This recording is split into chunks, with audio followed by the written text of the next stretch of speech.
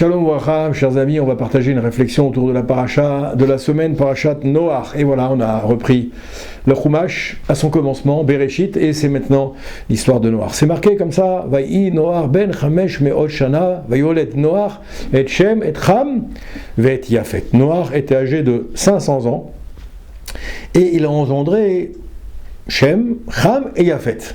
Nous dit le verset, donc Passouk 5 au verset 32. Ce Passouk nous enseigne beaucoup de choses très très intéressantes. Il faut savoir qu'à cette époque, nous dit le Rav Pinkus, tous les peuples du monde étaient en colère contre Akadosh Baruch Hu. Tout le monde était en colère contre Akadosh Baruch Hu. Ve'aya betocham tzadik echad tamim ve'ne'eman nebor'u. Et il y avait une personne qui, lui, nous dit le texte, il était, Baruch Hashem, il était tam, tranquille, et il était confiant dans le Créateur. Noach, ve'lechaora, minaraoui, aya, shiushpa alav, shefa bracha ve'atzlacha bechol inyanav.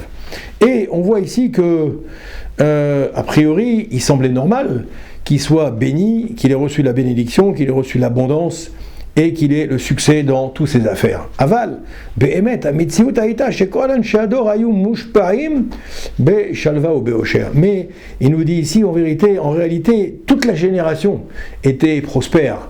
Toute la génération était, comment dirais-je, dans la réussite.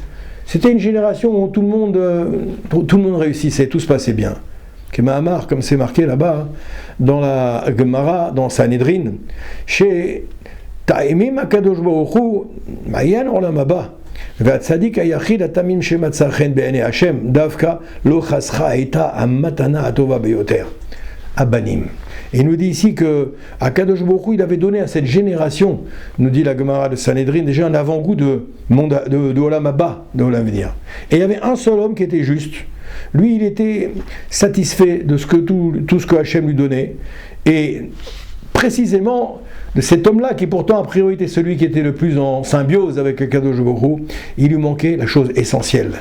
Quelle était cette chose-là? C'était le fait d'avoir des enfants. 500 ans étaient déjà passés et Noach n'avait toujours pas d'enfants. Et tout le monde se moquait de lui. Iné Noach, ma yesh lecha. Regardez ce tzaddik, regardez, il disait comme ça, regardez ce tzaddik, combien malheureusement, pourtant il a toute la sagesse, mais il est sec, desséché, comme une mule desséchée qui n'a pas d'enfant. Se moquer de lui, vous avez compris. Mais ça n'a pas duré 1 an ou 10 ans, nous dit le texte. Ça a duré 500 ans. Pendant 500 ans, on s'est moqué de lui. Mais Koufa, Ruka, Shel, Doré et Dorot, des générations qui se sont succédées et qui se moquaient de lui. Boraou Kulam, Baalil Shat Sadik Atamim Haoler Ima Elokim, ou Misken va Mekolel Shebedor. Et il se trouve que le personnage qui était le plus proche d'Hachem et le plus respectueux d'Hachem, eh bien c'est celui malheureusement dont on se moquait le plus. Et celui qui était un petit peu entre guillemets la risée de la génération. Oui. Alors, qu'est-ce qui se passe là-bas?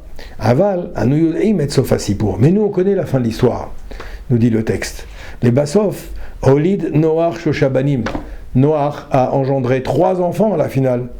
Ouais, ou Banim, Elu, Tsetsaem, Kayamim, Atsof Haolam. Et ces générations se sont succédées, Baruch Hashem, jusqu'à la fin des temps, puisque c'est d'eux que sont venus, ont pu renaître toutes les générations à venir. Ve'elu, me'achachamim agdolim ha'meusharim shebedoro lo nisha mehem sride upalit ki amabul ba ve'shataf et kulam. Alors qu'en comparaison de cela, à côté de ces 3 enfants, toutes les générations ont été balayées. Les générations de sages, les générations de personnes qui avaient cette époque-là, tout le monde a été balayé par quoi? Par le déluge. Tofa'azo sha'ita bitrilat haolam chazra alatzman pe'amim en sofit b'mesher historia. Et on voit que cette situation s'est reproduite comme ça à toutes les générations. Il y a eu des empires qui se sont succédés. Les empires Empiriot Goldolot, Bechorma, Beosher, Beyofi, qui étaient intelligents, il y avait des grands personnages puissants, oui, qui alliaient la beauté, la richesse, la sagesse, même d'une certaine manière. Chez Milou et Taolam, Bezouaram, Verachadir. Malgré leur grandeur, chacun a reçu son maboul, chacun a reçu son déluge personnel. Vekulam nimchaku minaolam, et ceux-là ont été effacés de la génération sans laisser de traces, les hachir zecher, sans laisser de descendance. Aval, à nous les Bnei Israël, afal pichegam alenu bamaboul. Nous aussi, si on a des épreuves, on a nos épreuves aussi, ça arrive à tout le monde. Bien sûr, on a des épreuves et des difficultés, des obstacles, lo pa'amachat elam me'ot pe'amim, des centaines de fois dans notre vie, dans notre existence, dans la vie du Ham Israël, on a eu des épreuves, et les xérot, kachot, veraot, toutes plus dures les unes que les autres. Chaim ve'kamim anulad, et pourtant on est toujours vivant, on est toujours là. Eux ne sont plus là, nous on est là, comme a dit le Rav Shar un jour dans son grand Kenes, grande réunion à laquelle il avait participé, il a dit, eux qui ont voulu nous exterminer ne sont plus là, nous on est toujours là. Qui yesh lanu et à tevat noir, parce que chacune d'entre nous, on a notre tevat noir, on a notre arche de Noé, dans lequel sheba enenu mistadrim bechol et sheba maboul, qui à chaque fois qu'il y a un maboul qui vient, un déluge qui vient, et bien à chaque fois on va se réfugier dans cette teva, dans cette arche là. Bien sûr, vous l'avez compris de quoi on parle, c'est l'arche de la Torah, c'est l'arche de la Baït HaYehudi. La maison juive, c'est une teva, c'est une arche dans laquelle on vient se réfugier pour ne pas se laisser, prendre par les vicissitudes de ce monde et par les tsunamis qui règnent à l'extérieur de notre maison, à l'extérieur du Beth HaMidrash, à l'extérieur de la synagogue. Ou Mayotam Teva, c'est quoi la teva? De quoi on parle? C'est quoi cette arche dont on est en train de parler? Beth HaKnesset ou Beth HaMidrash. La synagogue est le lieu d'étude qui est dirtiv lecha ami ba bechedrecha vesagar daltecha be'edecha. Il a dit là-bas, le prophète Ishaya, il a dit comme ça, cache-toi un instant dans une certaine manière dans ton arche, dans ta teva, jusqu'à ce que la colère passe. Et ce verset, bien entendu, il s'applique particulièrement, ce verset d'Isaïe au chapitre 26, verset 20, Pasuk ze nehemar al klalut am Israël vegam al kol yachid veyachid. Il s'applique à la fois à la collectivité du clan d'Israël, à la fois à l'individu particulier. Beth Midrash, un centre d'études, Shiura Torah, des cours de Torah,